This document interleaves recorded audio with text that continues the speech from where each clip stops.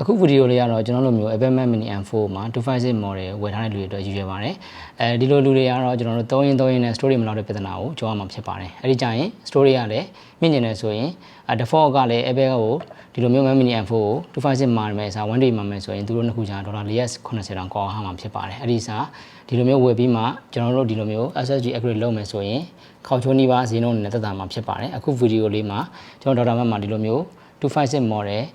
SSD နဲ့လာတဲ့ Mac Mini M4 တွေကိုဒီလိုမျိုး 1TB SSD ဘယ်လိုလဲသွားမလဲဆိုတဲ့အကြောင်းအရာလေးကိုမျှဝေသွားချင်ပါတယ် 1TB SSD ကို upgrade မလုပ်ခင်မှာ Mac Mini M4 မှာပါတဲ့ default ပါတဲ့256 SSD ရဲ့ rewrite speed ကို Blackmagic Speed Test application ကိုအသုံးပြုပြီးတော့မှ reference ယူပြီးတော့အခုလိုစစ်ကြည့်ပါတယ်စစ်ကြည့်တဲ့အချိန်ကျတော့သူရဲ့ write speed က 1.5GB နဲ့ 2GB ကြားမှာရှိပြီးတော့ read speed ကတော့ 2GB နဲ့ 2.5GB ကြားမှာရှိတာကိုတွေ့ရပါတယ်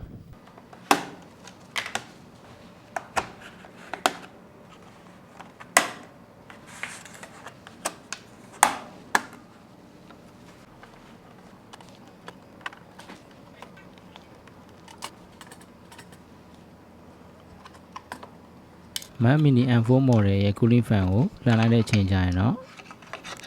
SSD ကိုအခုလိုရောက်ရှိဖြစ်ပါတယ်ဒီရဲ့ SSD ကိုမှအသစ်လဲမဲ့ 1TB SSD နဲ့အစားထိုးပေးရမှာဖြစ်ပါတယ်ဒီနေရာမှာလည်းခါတိုင်းအရင် model တွေလိုသူက SSD လဲခွင့်တော့ပေးပေမဲ့လည်းသူက slot အဖို့မပါတာဖြစ်တဲ့အတွက် slot ကိုမူရင်းပါတဲ့256ကိုဖယ်ပြီးမှပဲ 1TB ကိုလဲလို့ရမှာဖြစ်ပါတယ်ဒီ storage chip တွေက M4 chip တွေတည်တံ့လာတာဖြစ်တဲ့အတွက်256နဲ့ 1TB ကအပြင်ပန်းကတော့ပုံစံအတူတူပဲဖြစ်ပါတယ်အဲဒါကြောင့်မရောအောင် marking ပေးပြီးတော့မှသူထဲမှာသူ့ရဲ့မူရင်း slot နေရာမှာပြန်ပြီးတော့တက်ပါမယ်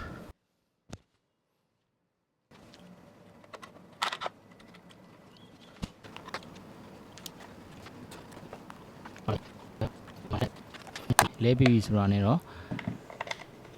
OS ကိုလည်းပြန်ပြီးတော့တနည်းအားဖြင့်တော့ firmware ပြန်တင်တယ်လို့လည်းခေါ်တယ်အဲ့ဒါကိုပြန်ပြီးတော့တင်ပေးပြီးတော့မှ restore ပြန်လုပ်ပေးရမှာဖြစ်ပါတယ်အဲ့ဒီအတွက်တကယ်လို့256 model ထဲမှာကိုယ့်ရဲ့ data အဟောင်းတွေပါသေးတယ်ဆိုရင်တော့အရင်ဆုံး backup လုပ်ထားပြီးမှပဲ 1TB SSD ကို upgrade ပြုလုပ်သင့်ပါတယ်အသစ်လဲလိုက်တဲ့ 1TB SSD ရဲ့ rewrite speed ကိုစမ်းကြည့်တဲ့ချိန်ကျတော့ write speed ကလည်း 3GB ကျော် read speed ကလည်း 3GB ကျော်လောက်ရတာကိုတွေ့ရပါတယ်အဲ့အတွက်မူရင်း256ထဲလဲ story များသွားမယ်သူထဲလဲ rewrite speed မှာရောပုံမှန်မြန်ဆန်တဲ့ SSD ကိုအသုံးပြုနိုင်မှာဖြစ်ပါတယ်